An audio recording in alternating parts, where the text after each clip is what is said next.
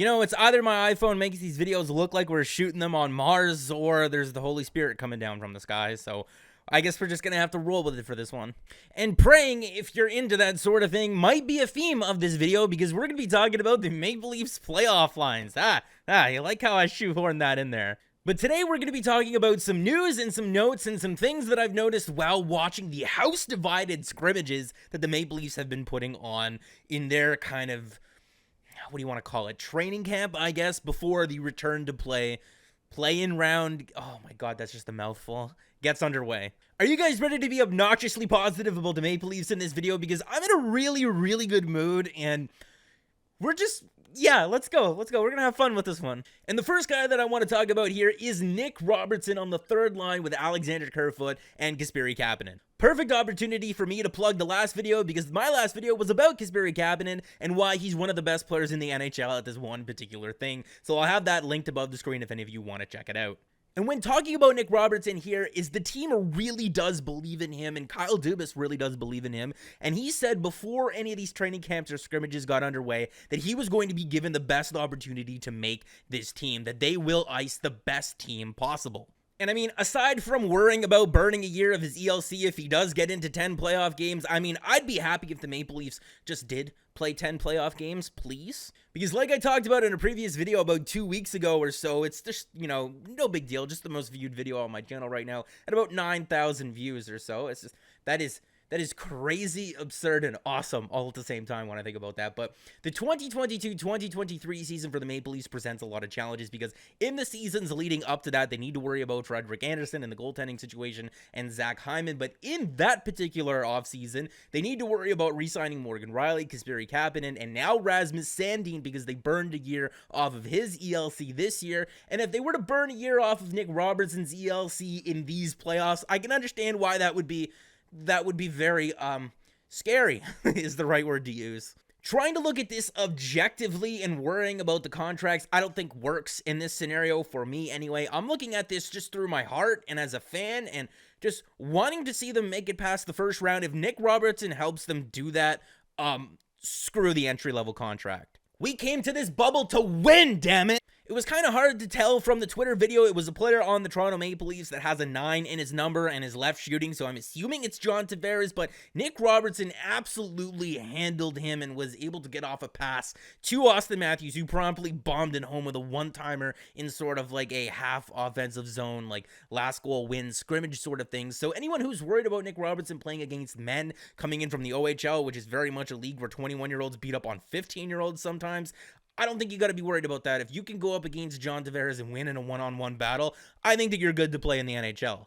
Now, the next thing that I want to talk about here is that quote-unquote all-star line that we saw flaunted in practice a couple of times, and I don't necessarily know if the Maple Leafs are going to be using this in a game per se. I mean, Mike Babcock had that thing where he liked to really load up after penalty kills for just one shift to kind of swing the momentum back in your favor. You know, you get possession afterwards and you kill the momentum for the other team. Or this could just kind of be used as a decoy, because if you're thinking about it from the perspective of John Tortorella and the Columbus Blue Jackets, for the last couple of months now, they've been sitting at home thinking, okay, what am I going to do to prepare against the Auston Matthews line? What am I going to do to prepare against the John Tavares line? And now there's a curveball kind of thrown in there. Well, what if they're both on the same line? What do you do then? What is then the game plan to go up against the second line of the Maple Leafs, which I think would be centered by Zach Hyman, because, I mean, he does it on the penalty kill anyway.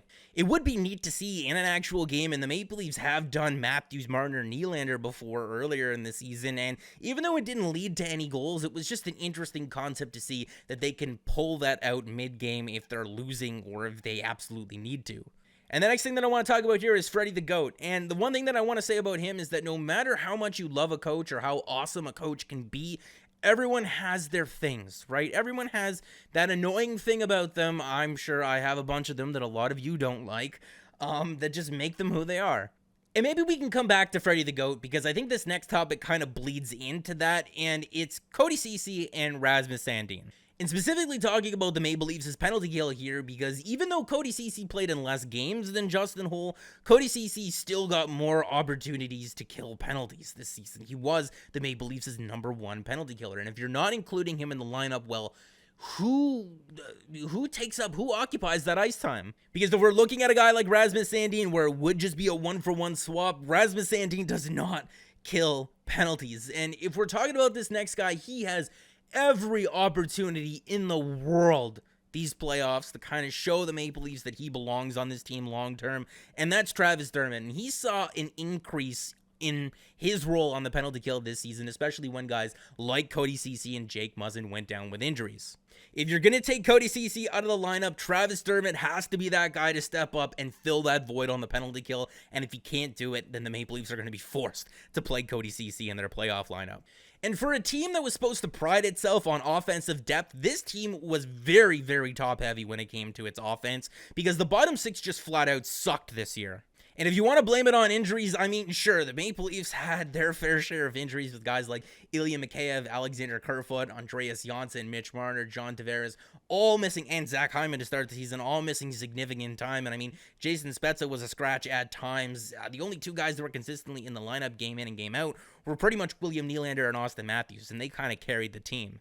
You could very easily sway me to just not play Freddy the GOAT and just go with 11 forwards and 7 defense these playoffs. And I'm going to try my best to make a very compelling argument for this, because for a fan base that spent the entire season an exhausting amount of time bitching about how much their top-end forwards made, well, boys, here's your time to shine. There's no Patrick Marleau there to be on the ice in Game 6 and 7 in the dying minutes. There's no excuse why Auston Matthews should be on the bench when they need a game-tying goal, or they need a goal, or they're going home. And going with 11 forwards and 7D allows you to mix in guys like Jason Spezza and Kyle Clifford into the top 9, and it allows you to really let the big boys play. The Toronto Maple Leafs can afford to pay 4 forwards almost $40 million. What they cannot afford to do is not play them in the situations that matter the most. What do you think? Dave Tippett and Ken Holland discovered some kind of magic potion or whatever to give to their players? No. They played Leon Draisaitl 22 minutes and 37 seconds a night. They played Connor McDavid 21 minutes and 52 seconds a night.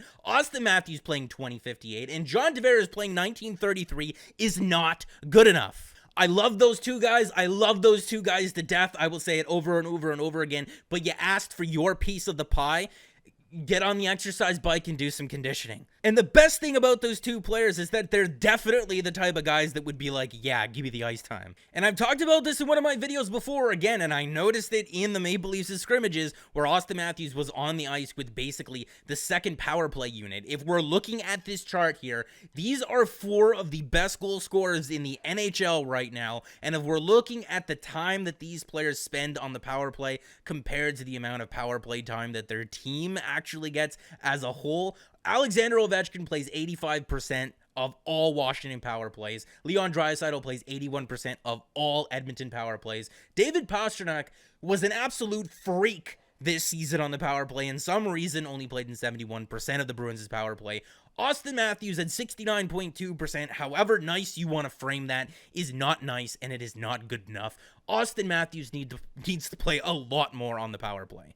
The Toronto Maple Leafs spent almost 328 minutes this season on the power play, and Auston Matthews played 227 of them. The Maple Leafs' second unit, they do not have players good enough to justify eating up almost 100 of those minutes. Auston Matthews deserves more of that pie.